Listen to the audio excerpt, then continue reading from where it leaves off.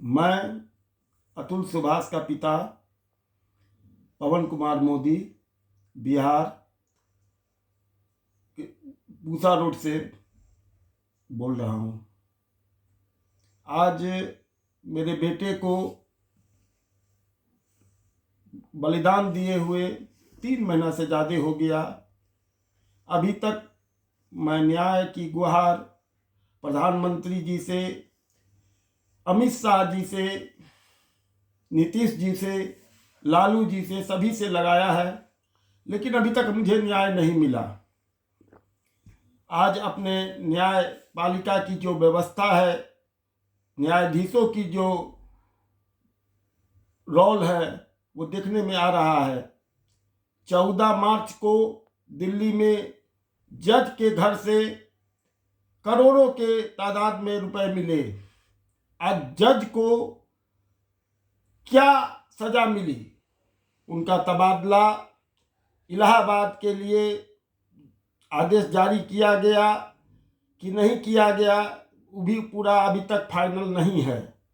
बने जज यदि कोई भ्रष्टाचार करे तो उसके लिए कोई न्यायपालिका या उसके लिए कोई सजा नहीं है। आम व्यक्ति या कोई मंत्री या कोई नेता के घर में इतना पैसा मिलता तो अभी तक वो जेल के अंदर होता। न्यायाधीश हो जाने का मतलब भगवान है। चाहे वो भ्रष्टाचार करे, न्याय देने के लिए घूस ले, रिश्वत ले। रीता कौशिक जैसी जज मेरे बेटे के बलिदान होने में बहुत अहम भूमिका निभाई है। बार बार उसके ससुराल के लोगों ने, उनकी सास ने, उनकी पत्नी ने, अतुल सुभाष की पत्नी ने, निकिता सिंघानिया ने और उनकी सास ने न्यायाधीश के सामने में, रीता कौशिक के सामने में बार बार उसको कहा कि अभी तक तुमने सुसाइड नहीं किया। इस बात के लिए रीता कौशिक मुस्कुरा कर रह जाती थी। बार बार किसी व्यक्ति को यदि सुसाइड के लिए प्रेरित किया जाए और उसको न्याय नहीं मिले कोर्ट से, तो वो क्या कर सकता है? उसके पास कोई रास्ता नहीं बचता है। मेरे बेटे ने भी जब देखा कि कोई रास्ता नहीं है तो उसने बलिदान दे दिया, शहीद हो गया। लेकिन न्यायाधीश के लिए कोई सजा नहीं है। वो बलिदान देने वाले के लिए एक मोहरा बन गई। लेकिन मेरे बेटे ने अंतिम इच्छा प्रकट की है कि यदि मुझे न्याय नहीं मिले तो मेरी अस्थि को न्यायालय के सामने गटर में बहा दिया जाए। क्या हम बूढ़े माँ बाप को यही करना पड़ेगा? मैं प्रधानमंत्री जी मोदी जी से यह प्रश्न करता हूं, क्या न्यायाधीश भ्रष्टाचार होंगे उनके लिए कोई कानून आप नहीं बना सकते हैं? क्या उसमें कोई संविधान में बदलाव नहीं कर सकते हैं? आपने बहुत से संविधान में बदलाव किया है। 4 न्यायाधीश मिलकर इसका फैसला करेंगे, सुप्रीम कोर्ट का आदेश है। न्यायाधीश क्या न्यायाधीश के विरुद्ध में सही फैसला दे सकते हैं, ऐसा आपको लगता है? लेकिन आप लोग डरते हैं कि न्यायाधीश के लिए यदि हम कोई आवाज उठाएंगे तो हो सकता है कि हमें उसका खमियाजा भुगतना पड़े। लेकिन आम जनता को न्याय मिले या न मिले इससे कोई वास्ता नहीं है। मैं बार बार गुहार लगाता हूं कि आप लोग इस न्याय प्रणाली पर विचार करें और मेरा आग्रह है, निवेदन है, विनती है कि हम लोग को इसका न्याय मिलना चाहिए।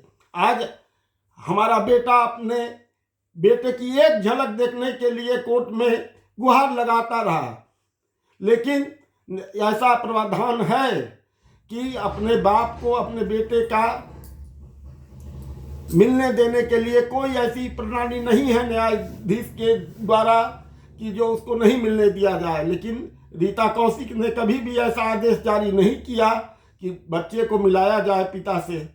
क्या पिता का कोई रोल नहीं है अपने बच्चे से मिलने का?